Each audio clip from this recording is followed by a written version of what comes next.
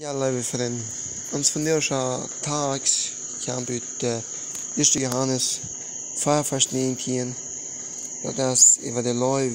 Sagt, Lut uns in unter Gott sein, wils hij uns all vorhersehende Leib geschenkt hat.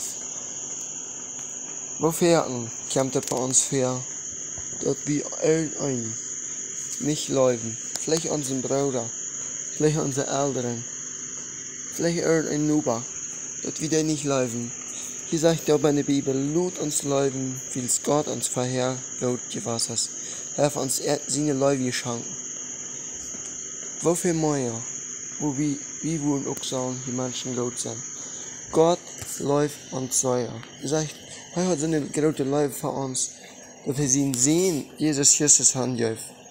Wofür, wo wir denn sagen, Hand geben? Wir sind Menschen, wir sind Gott, sind große Lohn schuldig.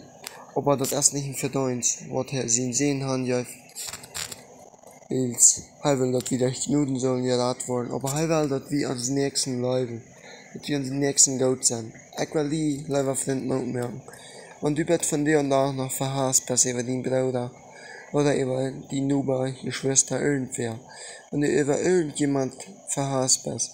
Die Bibel sagt, lut uns leben. Da will ich auch die merken, dass du auch die Nächsten läufst, dass du den Gott bist.